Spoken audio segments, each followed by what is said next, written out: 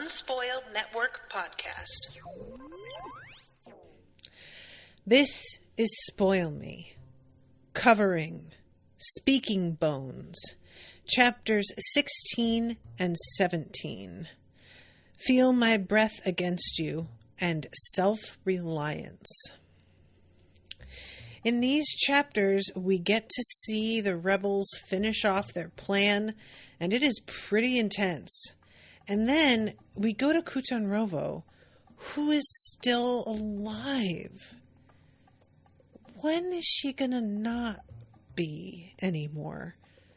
I want that part. Welcome to Spoil Me.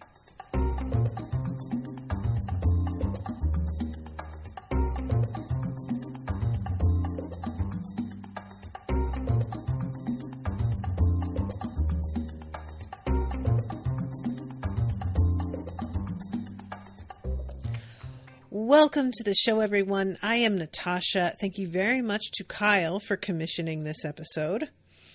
So, yeah, Kyle, I just want to mention off the top how much I appreciate cutting back a little bit on the number of pages per episode. I think that is really helping things out in terms of the pacing for how I have to cover the episode, and also, I guess, honestly, like my enjoyment, because I had to get through so much material when it was longer sections that it would sometimes be kind of stressful, because I would just like be kind of rushing toward the end because I would underestimate how long it was going to take to read the whole thing.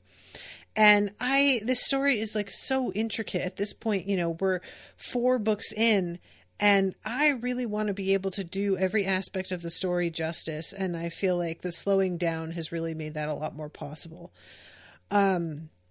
So chapter 16 picks up from Tovo's perspective right after Kuju has been, after he has been exploded.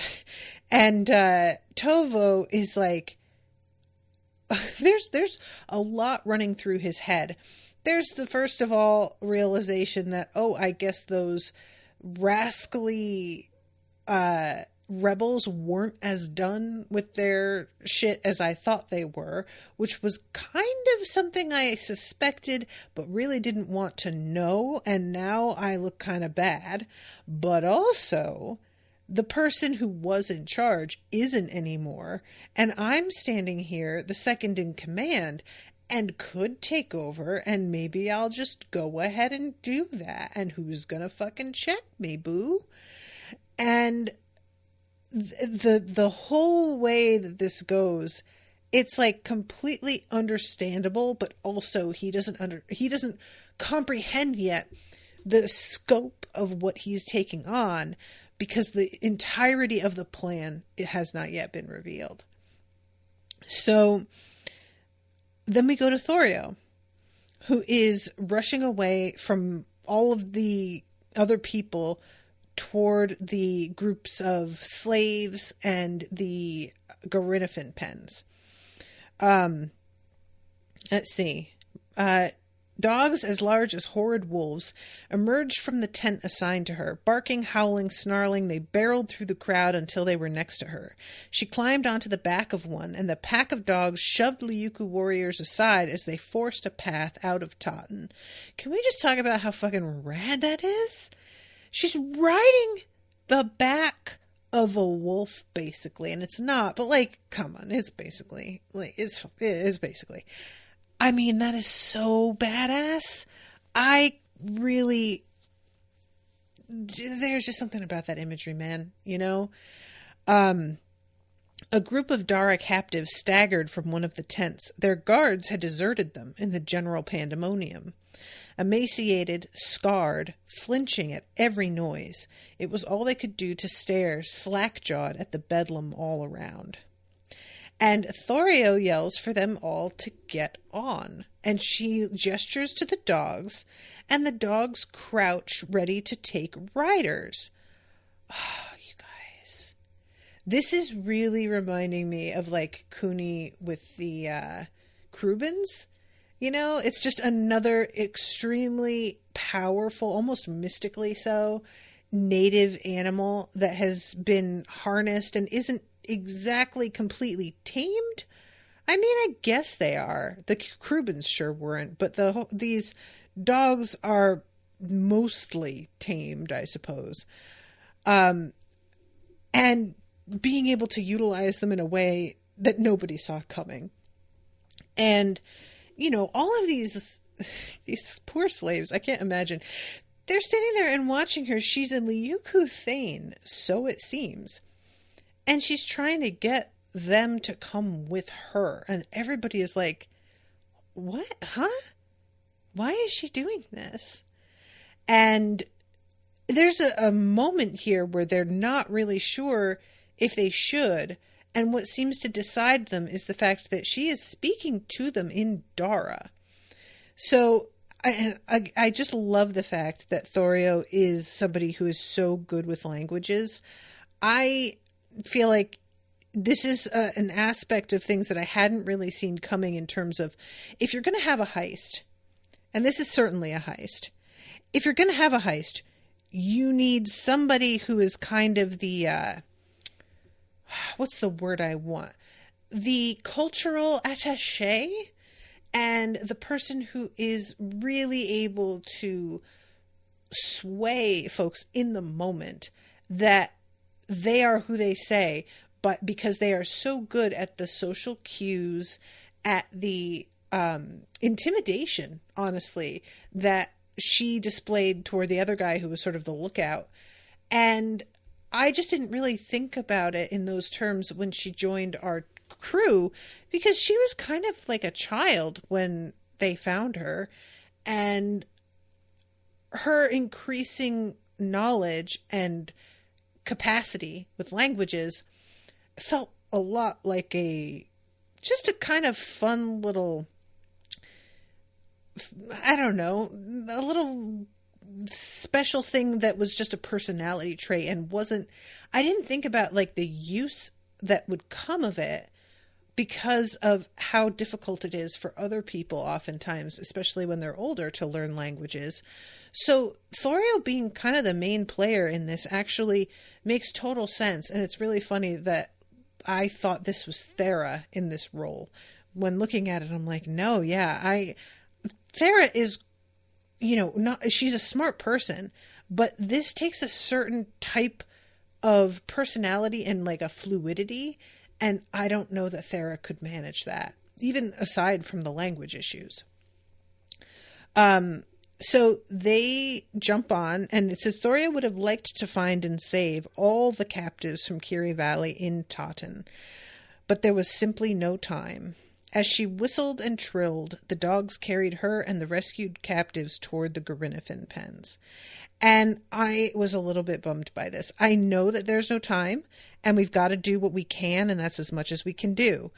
And I completely think that's the right call. But knowing that only some are getting rescued, you want to save everybody. And I know Thorio more than anyone feels that way, because she's over here having to restrain herself from running and helping everybody who was injured in the explosion with fucking Kuju, like their mortal enemy. If it's hard for her to handle that kind of thing, and those people are her enemies, when they're folks on her own side, God, it must be agony. So they go to the Gerinifin pens, and there's that groom, and she comes in and she doesn't pay any attention to him and is going through.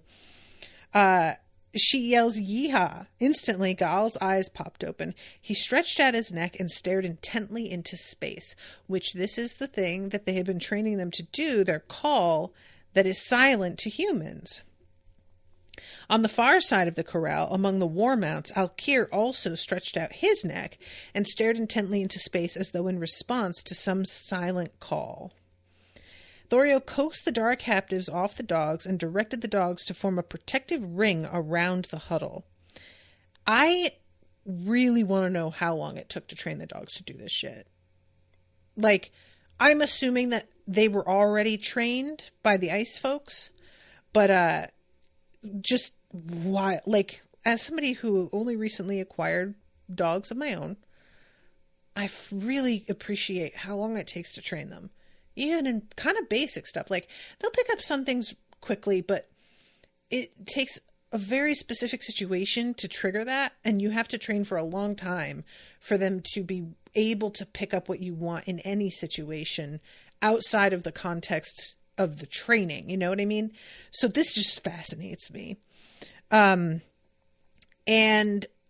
Thorio is yelling to the groom to get his beasts under control because she has gotten them agitated by their calling, and yet he isn't aware that their agitation is because of what she did. And let's see, Radia and Toov snuck away from the other grooms and made their way toward Alkir and Gaal. The two Gerinifins stretched out their necks in mute concentration. Doors to the underground cells where the juvenile Gerinifins were shackled slammed open. Young Gerinifins stumbled out of their dark prison, blinking in the bright sun, keening and whimpering. Around their necks, some still wore the remnants of their sinew bonds, which Toov and Radia had sawn through the day before. Is this, like, the most satisfying? Oh, you guys, the relief. Y'all know how hard it was to read the whole thing with the Gerinifins. Like, that was a really bleak section. And it's remarkable to me that they can subject the Gerinifins to such human-specific types of torture and yet ignore their personhood. You know, it's like, why would this stuff work on them as torture if they weren't highly intelligent beings, you know? The adult Gerinifins, seeing their offspring suddenly free, called out in joy and distress. Soon Gerinifins were lumbering across the enclosure in every direction, calves rushing to their parents, sibling ambling to join sibling, none heeding the shouts of the grooms and the whips of the Lyucu overseers. And I love this. He finally figures out that it's the wolf Thane that somehow, like, orchestrated this whole thing. And he is yelling that she's a witch, but the dogs are in the way. And then we get a POV moment about the Lyucu grooms and the overseers and how they're actually not that worried. Like, this is a kind of fascinating thing because I'm thinking these are giant fire-breathing monsters. I would expect them to be on their guard all the time and worried about how these things are going to act out. But I didn't account for at this point, like, decades of training that all of these Gerinifins have gone through to behave or else be punished in a really horrific way. And that they just don't act out anymore. That isn't something that they really have to deal with. And so none of these dudes are actually that concerned about the Gerinifins themselves. They're only concerned about the people in this equation. And he calls for a wedge formation and to charge. And a sled dog broke from the ring and ran at the Lyucu. The warriors stopped and crouched in defensive poses.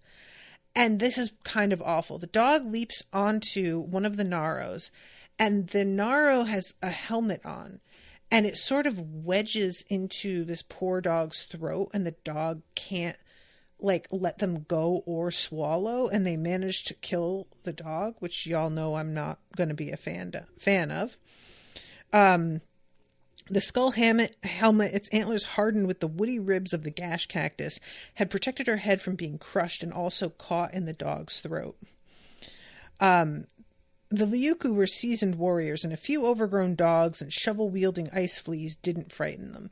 They had put down slave rebellions before and would do so again. So, in the name of Thera Garu Aragaz, wife of Takval Aragaz, son of Solian Aragaz, now serving the Agon people as Peku, I command all the children of Afir to rise up and reclaim their freedom. And she's now speaking another language with a different accent, And all of these guys are like, wait, what the fuck? Because they had just heard her speaking totally differently. And then she was speaking Dara. They're, all over the place. She's just jumping from one dialect to another. And she keeps yelling to rise, seize your chance, free the Garinnifins. The Agon grooms looked at one another, hesitating. Thorio's words had awakened in them urges they had suppressed for years, rekindled a fighting spirit they had thought long snuffed out into ashes. But what she was demanding was impossible. And for a minute, it looks like they're just not going to do it. And then all of a sudden, the fucking Garinnifin, he gets broiled. The Garinnifin broils the head groom. This fucking dude is such an asshole too. I'm going to enjoy skinning you while you're still alive. I'm going to make it last as long as possible. Alkir opened his jaws, snapped them shut, and opened them again. A long tongue of flame curled out and engulfed the head groom. Everyone stopped and gaped at the screaming ball of flames rolling on the ground. No one could recall the last time such an act had been committed. Lyucu war Garinnifins bred and raised in Totten never attacked their grooms. Just like that, the mental chains around the Agon slaves and the penned Garinnifins shattered. I really appreciated this moment because just being like, hey guys, grab your weapons and come with us.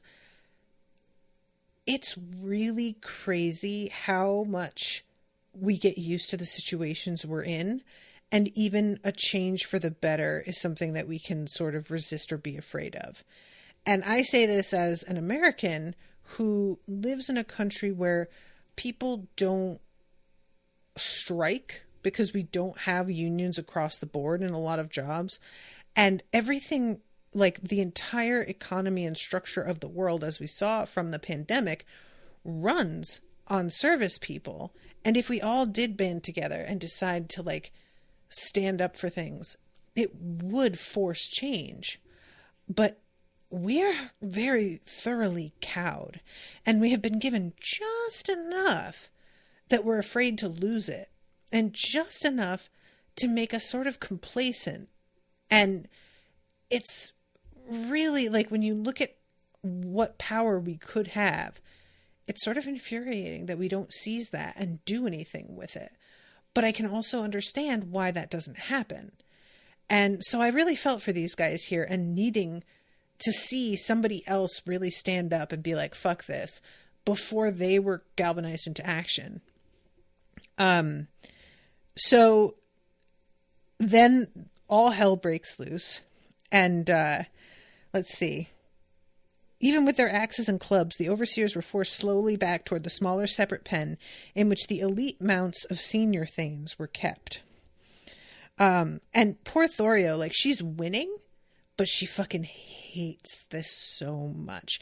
She doesn't like death. She doesn't like pain and suffering. She is not the kind of person that can look at another human being and detach herself from them as a person so completely that she can rejoice in the fact that they're dying,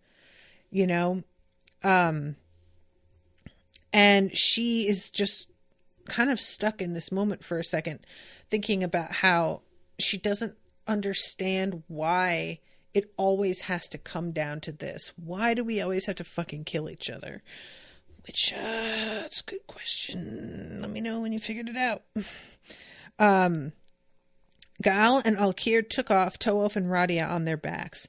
The pair circled overhead, trumpeting and lowing. Two Garinnifins were the most unlikely of friends. Old against young, cargo animal against war beast, common flyer and slave to the Lyucu army against a personal mount, bounded to the Peku of the Agon.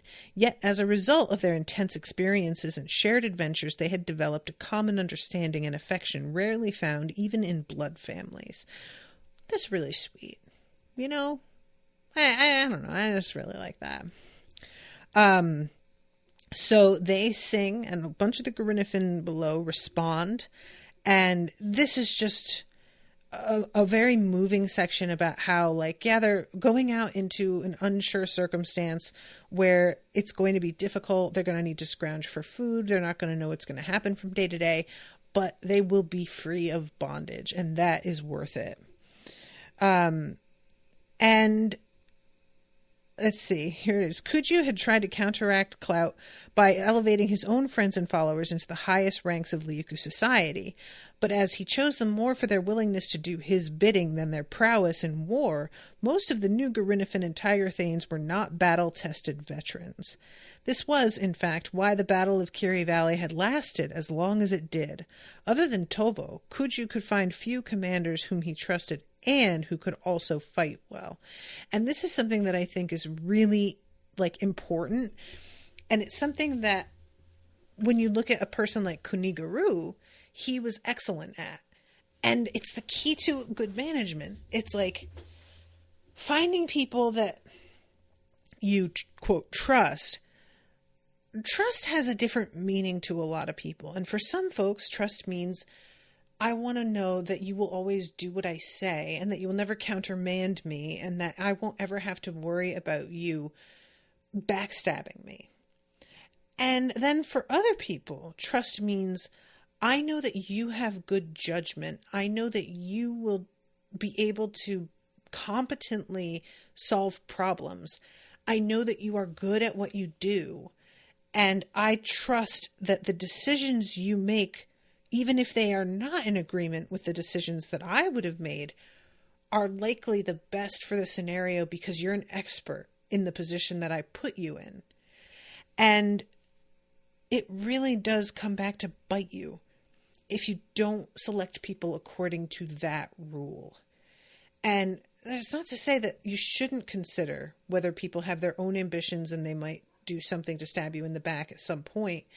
But you're not going to get anywhere if people only kiss your ass and don't seem particularly competent at other things. Like, that's the fucking whole deal, you know? So let's see. We get the highborn mounts, and this is wild. It was said among elders that pilot and mount, paired for a long time, grew to resemble each other. This was certainly true of the elite Garinafins in Toten's corral. Pampered, rarely ridden, and almost never called on to fight, these descendants of the most cunning and ferocious sires and dams, thanes of Garinafin kind, had become as indolent and unready as their in-name-only riders. Even those who were regularly exercised acquired from their noble pilots an obsession with human status. After all, in Cuju's Totten, the pick whose favor more than success in war determined one's place. A Garinafin bonded to a Garinafin thane would allow a tiger thane to ride her only reluctantly, even if her mistress lent her to the lower-ranking thane, and would outright spurn a mere wolf thane, stinking of blood and battle sweat. So I don't think we had ever heard about these, like, highborn mounts before. And I do find it kind of funny because, so I'm not going to spend too long on this, I swear, but I just wanted to, like, compare.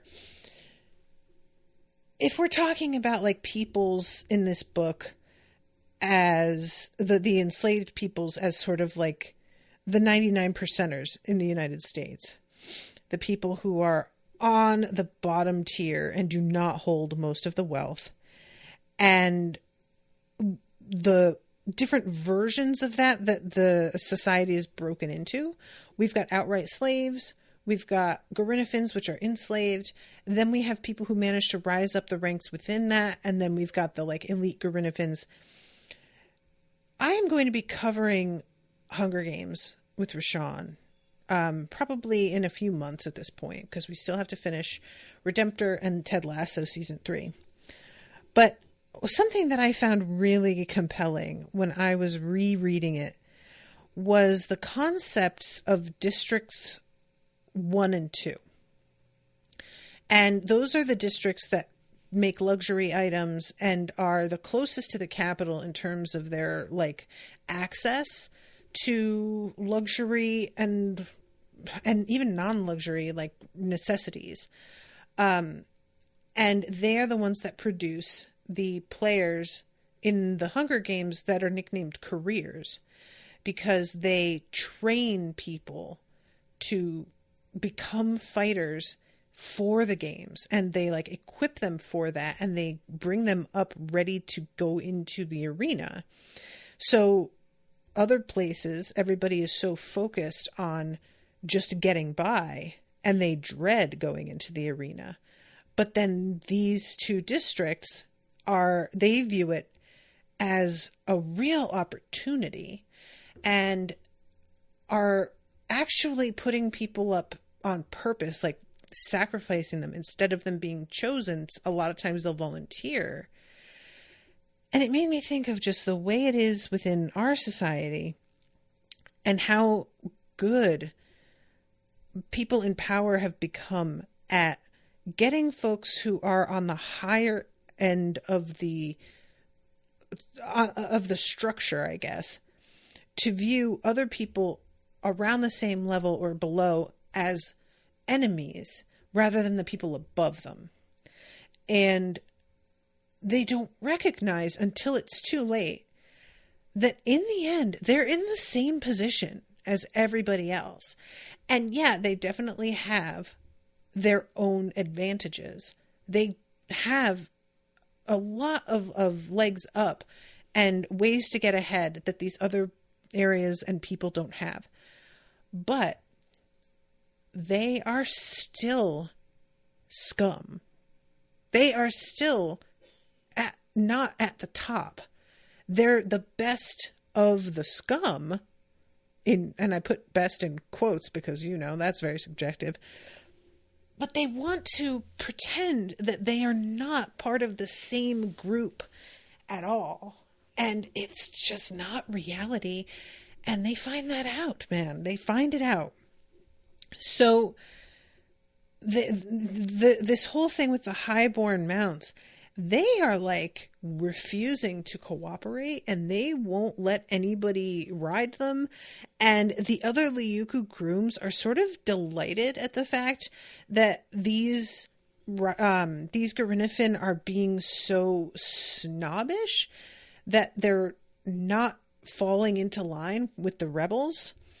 But they don't here it is. Stretching out their long, elegant necks, they turn their noses away disdainfully. No lowly, foul-smelling Nara was going to step on these heads.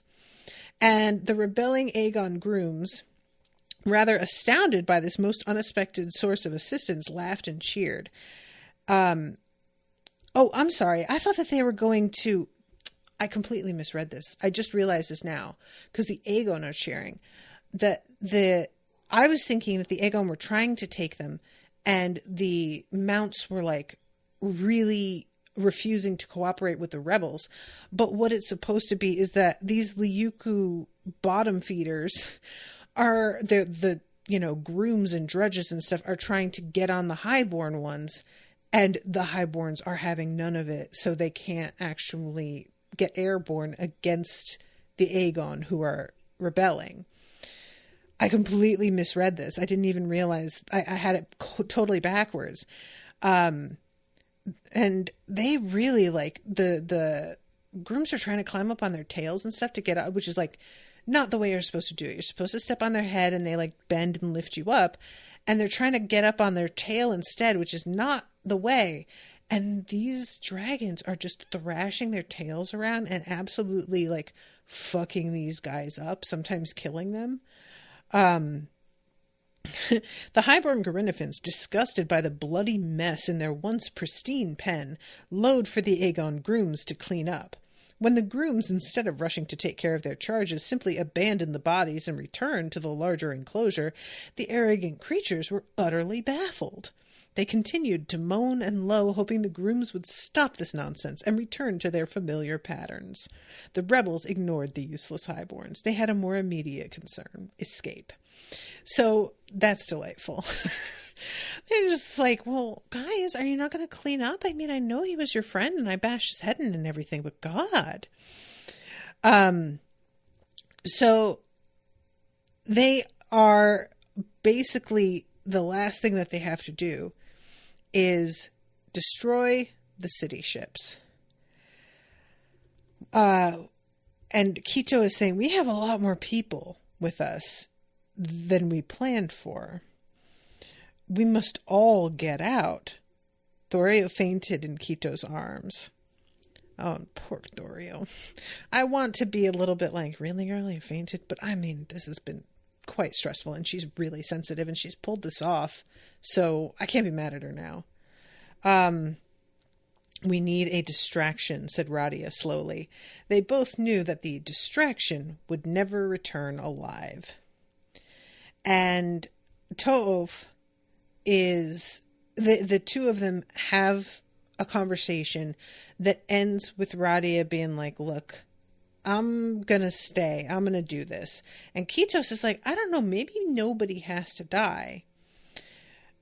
Kitos pointed to the regular army Gerinifans still in the corral, who had chosen to stay instead of leaving with their families. I think they want to fight with us.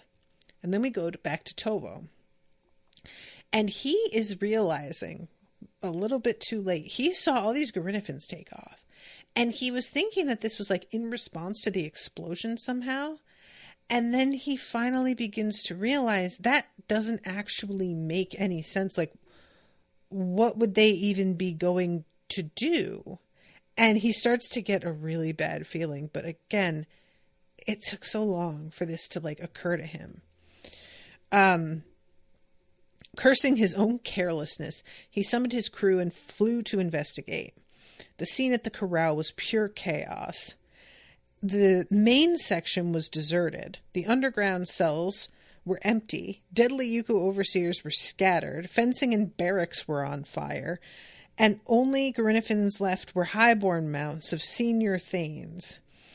And these rampaged around the smaller pen reserved to them, moaning and keening in terror and confusion, demanding that someone come and take care of them. Which, I didn't really address this before, but it's been mentioned that specifically, like, they're saying things with their voices even though they're not speaking. And I want to know how it was figured out exactly what they're intending when they make these sounds, you know? And I'm not saying that's unlikely at all, because like with pets that happens, you know? I know when Arya makes a certain kind of like, that's her asking me to pet her, versus a which is her being like, back off. Different sounds mean different things, but this is just so specific and it feels so infused with personality. It's not just a like request. There's a feel of that there being more nuance to what they are saying than one would normally get from the sounds, you know, a simple sound. Once news of this disaster got out, the Lyucu tribes would surely view it as his fault. And I'm like, yeah, that's the thing about being in charge, bruh. Like, that is how it goes. So he starts to get all the bad news. At first, he tries to dismiss that, like, yeah, a bunch of Gerinifans escaped and they didn't have riders. And he's like, all right, well, maybe that's not so bad. They just escaped and they weren't stolen, so we won't have enemies to worry about. But then another person's like, well, the ones I saw had fucking riders. There were 6 of them. And then just as he's like about to start handling that, somebody else runs up and tells him that they are attacking the city ships, which he is initially kind of like, who the fuck cares? I have Gerinifans that are fucking getting stolen. Like, that's a much bigger priority. More messengers ran into the corral, each with a report more dire than the last. Thane Tekal has left Totten, taking the baby Pekutaas of Yote with her. Votan, 3 shamans are telling the Kulaks the gods are angry with us and must reflect upon the errors of Pekukuju. All of this stuff, and he yells, and it's just like, oh, I see what's happening. I said I was in charge, but there's a bunch of other people in the wings that have been waiting for their chance, and they're all starting to mobilize at the same time, of course. In the ensuing chaos, whoever secures the loyalty of the most thanes and warriors will emerge victorious. To support a large army, I need provisions, the city ships, as well as Gerinifan eggs and weapons.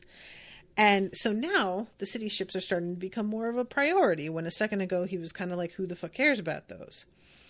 And he knew when the wall would open again. He knew that Tambanaki had established a secure foothold. He would take the warriors he trusted and bring all remaining Gerinifins with him. Mount all available Gerinifins, he barked. We must keep alive the dream of Peku Votan Tenryo and Peku Kuju. And then we go to Radia. And this whole thing, so they are burning the ships as well as they can, but it's becoming clear they underestimated how difficult this was going to be. And there is a whole lot of like fire breathing necessary, which is sort of tiring the Gerinifins out after a time. And the like they're sort of just doing this to like pull attention, but also so I can't get him over this moment with Tovo where he's looking at the thralls and he's like, we've been too easy on them. Kuju is soft. If Peku Tenryo were still in charge, none of this would be happening. And I was just like, way to take the wrong fucking lesson out of this, you know? If he wanted to save the city ships, he couldn't afford to wait. By the time Tovo approached the city ships, most of the fleet was beyond saving. Several ships had already sunk. The skeletal crew on 3 had raised the anchors and cut the towing cables, and they were lumbering away from the rest. The other rebel pilots guided their mounts to fly closer to Alkir so they could hold an Ariel council with Radia. And Radia is looking around, and she sees those 3 ships and is thinking about how important this is to Thera. And she's like, all right, maybe we should just bail now. I mean, we could take those out, but I kind of feel like we have bitten off a little bit more than we can chew here. And Radia has this moment of wanting to see the results of the explosion from the booby trap. So she goes and lands on this, you know, the remainder, and I guess it's quite a bit remaining, of this iceberg. And it said the state of the crater made it clear it was unlikely she would be able to tell which crimson streak belonged to Kuju, which there was something about that. It was just felt very cold-blooded, and I was kind of cackling a little bit. Imagine thinking as much of yourself as Kuju did, and then eventually all that's left of you is a crimson streak. Like, that is humbling. That is, you are being humbled. So Alkir turns all of a sudden, and she asks, "What are you doing?" And he lands. He staggered forward, folding his wings back, and leaned down to nuzzle something on the ground. It was part of a human head, the features too mutilated to be recognizable. And she's like, oh, okay, that's his, like, actual pilot. Alkir twisted his serpentine neck and locked eyes with Radia. He snorted and turned to look in the direction of the Payas Sea, from which they had just escaped. "Are you sure?" Alkir moaned with conviction. And she finally is like, all right, I guess we're going to go and handle those other city ships. So they get into the air. Tears came into Radia's eyes. Though she believed that the Gerinifins were far more sentient than most humans credited, she could not understand their speech. She didn't know their stories. She could only imagine how they had watched, powerless to intervene, as parents and grandparents died to build the mound that was Tenryo's empire, their bones the Arakoa Tokoa bearing up a Tenryo's ambition. She could only imagine how they felt as their offspring were taken away, and then abused or slaughtered in front of their eyes, their hearts shackled as they learned to be helpless. Which that really got to me. That language, their hearts shackled as they learned to be helpless. So they head back, and they are at those last 3 ships. She guided the Gerinifin down towards the last city ship. As he dove, the sailors scattered. And let's see, poor Alkir tries to burn. Nothing comes out of his mouth. Radia's heart sank. She knew that Alkir was almost out of lift gas, which also fueled the fire breath. So they get surrounded. And this is... I hated this. Fucking spoilers. Her arm gets burned off. And Alkir, I think, is dead.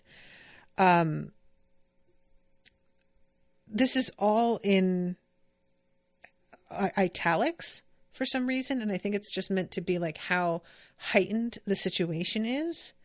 But she wanted to yell at the old Thane, "We have a plan. We're loyal to the Talkval." But would the old Thane believe her? Instead, she stayed silent. She watched and waited, and at the last possible moment, when she was sure the old Thane was about to lunge at Toho from behind, she yelled as loud as possible, "Duck." "Oh, gods," muttered Radia. Not a single day had gone by when she had not questioned her decision. Oh, this is a flashback. That's why it's in italics. My bad. So the Lyucu Grinifin was very close now. It opened its jaws and snapped them shut. When it opened them again, she knew she and Alkir would be bathed in flames. So what she's doing is they're setting themselves up as a target so that another Grinifin will try to kill them by burning them, but it will also light the ship on fire. And she's wondering like whether or not they have really accomplished anything in their lives. And then she's like, has this sudden idea: approach the enemy, wrestle it to the ground. Alkir's primal terrified screams of pain filled Radia's ears. And she feels her left arm burned to a stump. His stomach gets slashed open. And she's yelling, "Te vote, te vote." Alkir clung to the attacking Grinifin, digging his claws into the other beast's back and refusing to let go. Slowly, the mess of flapping wings and biting heads and scratching claws, like a monster from the end of the fifth age of mankind, sank out of the air and tumbled toward the city ship. Even in death, Talkval managed to strike back at his foes. Even as she sank, Tana managed to save those she loved. So now would Alkir and Radia sink and die. "I am Radia Ronalek," Radia shouted. "I claim descent by blood and spirit from both Kikisavo and Afir. I am not afraid." And he holds on. She, lays in the darkness of the interior of a ship, knowing her back was broken and she would not live for long.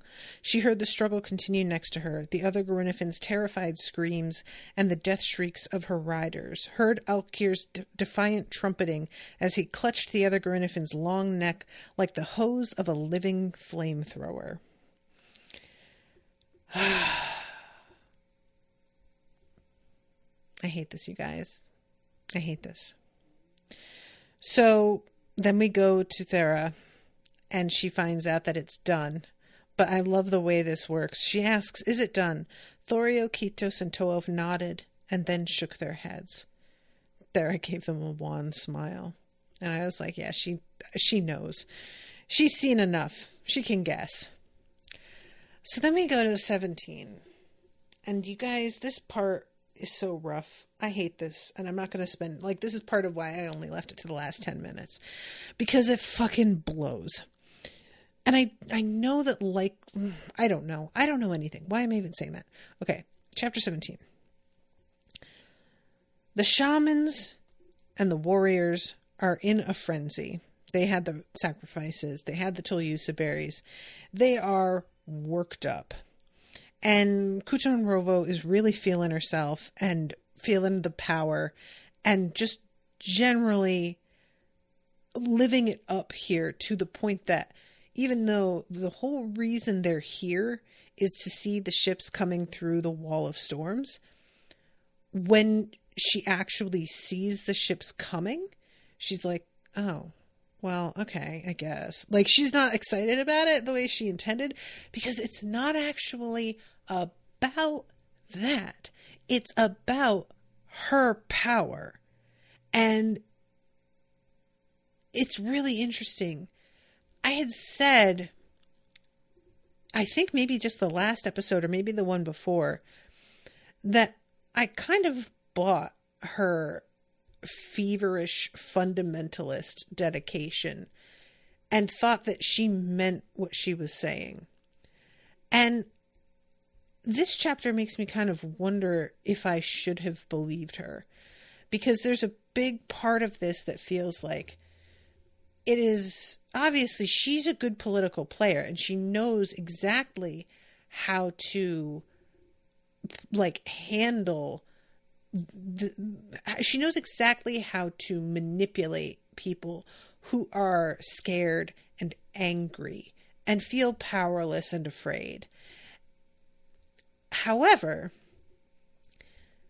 I still felt like within all of that, there was a shred of real faith. And I can't tell if that's really still there or if it's just about the power and she hasn't quite been able to admit that to herself yet.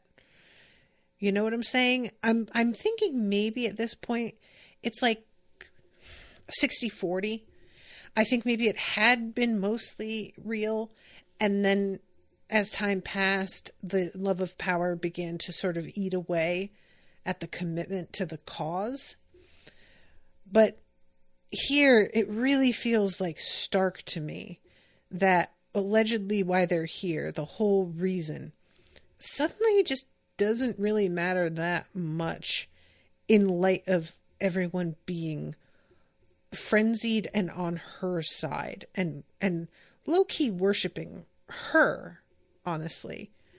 So let's see, it was not a sudden thing, the opening of the wall. In one part of the perpetual roiling barrier, the cyclones and twisters began to slacken, and the flashes of lightning gradually dimmed. Like a skilled opera troupe that quietly drew the curtains at the Imperial Theater so the first notes of the prelude would steal upon the murmuring audience before they had noticed, the watery cliffs gently parted, as if unwilling to steal attention from the drama that was to follow. So, the ships come out, and she asks, "Whose banners do you see?" And then we go over to Thon Karukono. And he tells somebody, wait a minute, are you sure? Ask again. The flag officers nodded and manipulated the long bamboo poles, extending far beyond the sides of the ship like a pair of airship oars. The giant white and red flags at the ends of the poles began to dance in an intricate pattern. From her high perch among the clouds, the lookout on the reconnaissance kite should be able to see the message against the blue backdrop of the sea and answer by dropping signaling rings down the kite's cable. A silver ring was a counter representing a single city ship, a gold ring 5, and a jade ring 10. Thon wished he were on the kite himself, so that he could assess the enemy fleet with his own eyes. Wryly, he thought of the moment decades ago when he had been the stable master for the mayor of Zudi, standing on the hill outside the city and craning his neck, terrified but also a little excited to catch sight of the army of the Zana Empire that was expected to come and crush Cutanrovo's nascent rebellion. "More horses," he muttered. "I need more horses." "Thon, you'll have to make do with what you've got," said Cutanrovo, his friend and then lord. The years since then had been mostly spent either on the back of a galloping horse or the deck of a wave-leaping ship, and though he had accumulated little in the way of personal wealth, he was rich with memories. And I really like that. Rich with memories is beautifully put. I'd say, you ever have moments like this where you read something and you're like, man, can I just steal that? Can I just do that? You know, there are certain turns of phrase that we accept as being simply part of the English language and you can use them at your discretion. And then there are things where it's like, if I do use this, if I wrote a book, should I credit him and be like, oh yeah, by the way, when I wrote Rich with Memory in chapter 4, I actually got that turn of phrase from Ken Liu in Speaking Bones. Just FYI, it's on page 475 or whatever, you know? So let's see. Despite the constant strife, the mind-numbing palace politics, he had never yielded to despair. Squinting at the minuscule, blurry shadow of the kite high above, like a circling bird of prey, Thon sighed. Though he wished to be the rider, he knew his joints were too stiff, his movements too slow, his eyesight too dim. In his heart, he was still the fearless young man who would follow his lord into any battle, careless of the odds. But age was an implacable opponent that even he had to concede ground to. This really got to me, guys. It's I think your mid-30s that you really start to feel that you're aging. You hit 30 and you're like, oh wow, I'm 30, it's here. But you don't quite feel that different yet. And then you get to 35 and all of a sudden you start to realize, oh wait. Because up until then, quote, aging was just maturing and not really aging. You know what I'm saying? It was just getting to the full flower of being a person. And so as much as you were getting older, those years were just bringing you closer to like the peak of usually your body's health and your overall like abilities. And then 35, you start to feel like I can't just eat anything I want because now I get heartburn or things don't agree with me. I can't just sleep in any old position because I wake up in pain, and I used to be able to sleep like that and that was fine. I can't climb stairs as easily because my knees really start to hurt after a while. I can't do. And there's all of these things that used to be nothing that just start to have a little bit of consequence after. And it's not a big thing, but it's a lot of things. They're all small, but they all sort of creep up on you. And then before you know it, I used to be able to just fall into bed with my pillow and sleep. Now I need a full like pregnancy pillow wrapped around me to cradle my body. I need a sleep mask to keep the light out. I need a CPAP machine to be able to breathe. I need sleep headphones to be able to like block out the noise of the CPAP machine and of the cats running around. I need like fucking equipment to sleep. Like it's such a bummer. I'm only 38 years old, you guys. And genuinely, when I try and sleep without that stuff, it just doesn't happen. I just don't fall asleep. It doesn't work. I didn't choose this. It's just come upon me.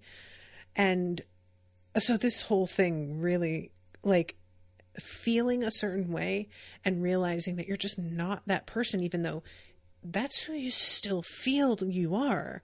Your outsides don't match it anymore. That is a really upsetting feeling. And Owen and I went out recently and we were in a shop that had a lot of like 20 somethings in it. And we were in the shop for about half an hour before I suddenly realized I was seeing them as my peers. I'm not anywhere close at this point. These 22-year-olds, like, I could be feasibly a young parent, but still, like, we're not peers. And yet I was moving amongst them as if I were one of them and just saw myself as one of them and had to stop and step back and look at myself and be like, they see me as old. 100%. I'm not old, like ancient, but definitely older. They would not categorize me anywhere near themselves. It's just alarming. It's a bummer. So anyway, a single ring materializes. It was thick and black, made of iron. Ask again, tell her to be absolutely certain. Again, black iron. And I want to just mention again, it was iron for one ship, I think. Gold for 5.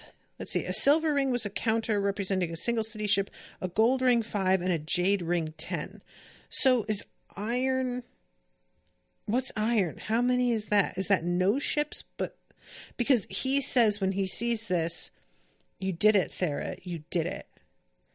Let's see. There was laughter in his voice. Winch down the kite so Poe can get some rest. She's been up in there in the cold for far too long. The iron ring meant there were no Lyucu ships coming through the wall at all. Oh, my God. I missed that. I can't believe I missed that.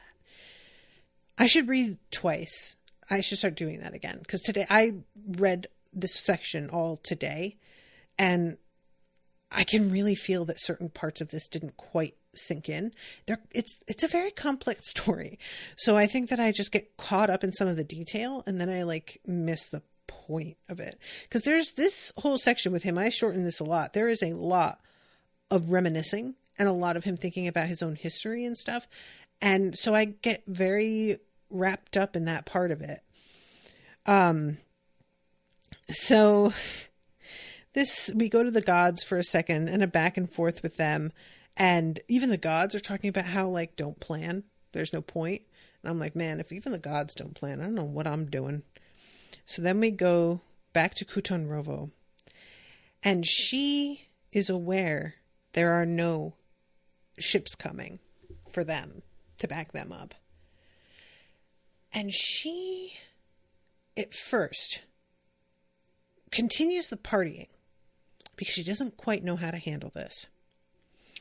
And she finally sort of comes to admit to herself that they all had such wishful thinking at the fact that they were going to have backup, that they let themselves believe in signs that weren't really pointing to that conclusion.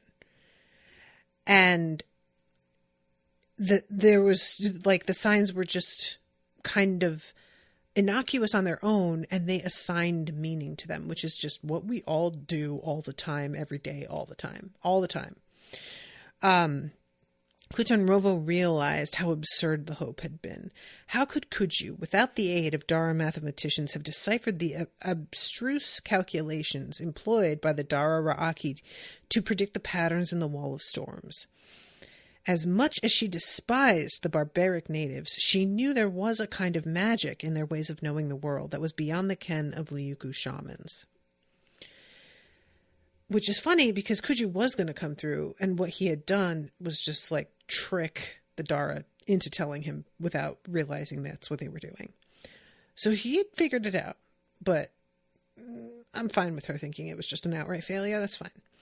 It was, I guess, in the end. So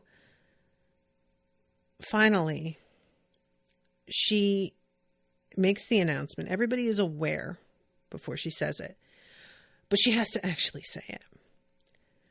There are no reinforcements coming.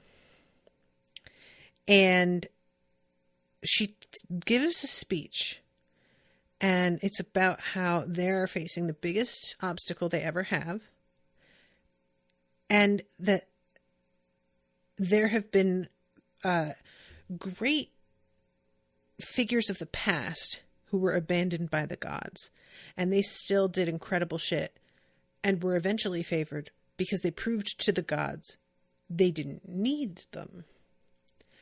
And frames this as a test, basically.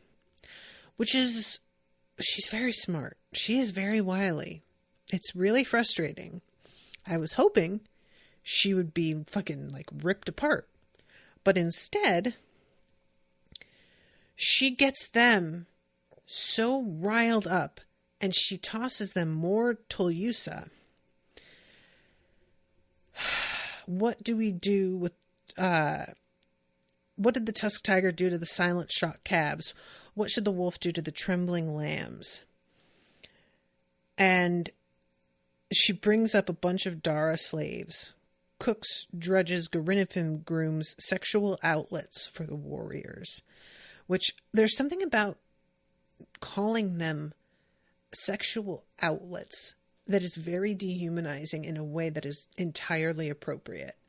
And I've never really heard that description before of like a sex slave in this kind of context. But it's like weirdly sanitized, and yet it's in the sanitation that it is made more horrible. Does that make sense? And she takes a step back. Her guards left the chained slaves on the foredecks where they stood dazed. They carried the wooden barrel and popped off the lid. And she throws Lyucu out. These people run forward and get themselves completely fucked up on these hallucinogenic berries. And then they begin to rip the slaves apart with their bare hands. And this is like very reminiscent of that scene in Handmaid's Tale where the women are presented with, the whole thing in that is that women aren't able to have children anymore as easily. And they're presented with a woman who had an abortion, which, considering how difficult it is to conceive, is seen as extra horrific. And these women are allowed to vent their fury and rage that is really a result of their oppression onto this woman who is presented as like a sacrifice and a distraction, frankly. And that's what she has done here. And it's like, it really works. By the time the tide had finally receded, the slaves were gone. Some of the Lyucu warriors held up torn limbs or pieces of flesh. Many had blood dripping from their lips, and the deck was streaked with gore. And she picks up a severed head. She poked a short bit of sinew through the eye sockets and attached the bloody trophy to her skull cape. I really need somebody to kill this crazy bitch. I need it, like, now. I was so hopeful that this moment was going to be the end of her, but she is fucking savvy.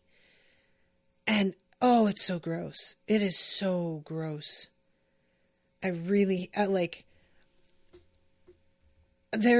is in my top hated characters ever.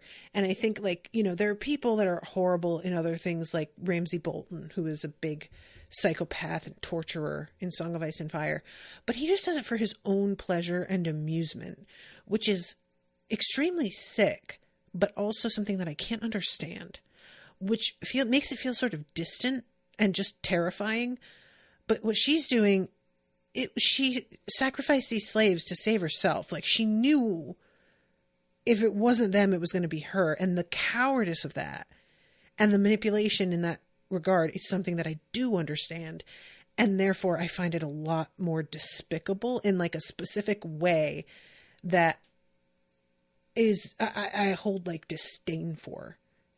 And Ramsay is terrifying, and he is a lunatic, completely out of his mind. But there is like a gross opportunistic logic behind everything that she does. And that makes her feel so much more dangerous, because Ramsay's a lone wolf and he gets people to do crazy shit because he intimidates them. But she manages to whip up whole crowds and communities because she convinces them that it's right. And that is so much scarier.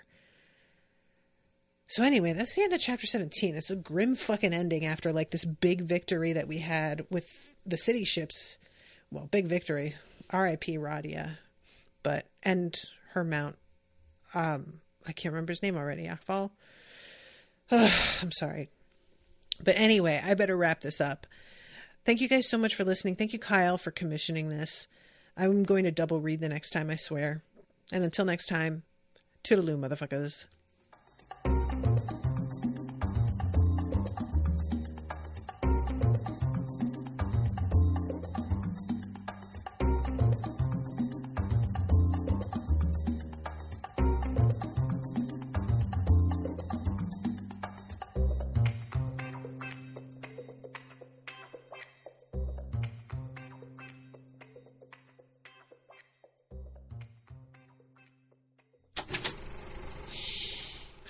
an Unspoiled Network podcast.